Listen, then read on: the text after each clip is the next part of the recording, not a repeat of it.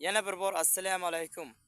Erkaklar quvvatini tiklab, potensiyani oshirib, ayollarda hayz siklini me'yorlashtirib va hayz davridagi og'riqlarni yo'qotadigan, asab tomirlarini yumshatib va hamda undan tashqari uyquni yaxshilab, bronxit, pnevmoniya, tuberkulozni davolaydigan bitta giyohni ko'rsataman. Boki yaxshilab eslab qoling, report qiling, like bosib, obuna bo'lib qo'yish esdan chiqmasin. Agar videom yoqsagina.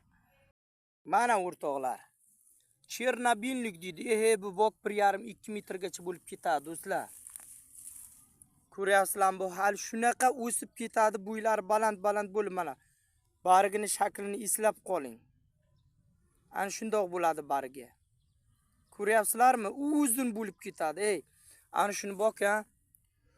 Sokuni olib, bir choy qoshiqdan 3 mahal, 4 mahal iste'mol qiling, yo bo'lmasam quritilgan barglarini 2 osh qoshig'ini 600 gram yoki 1 litr qaynoq suvga damlab ichib yuring 2-3 oy.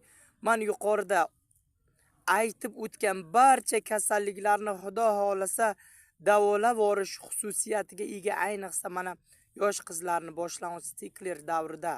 Tushunyapsizmi? Og'riqlarini yo'qotadi.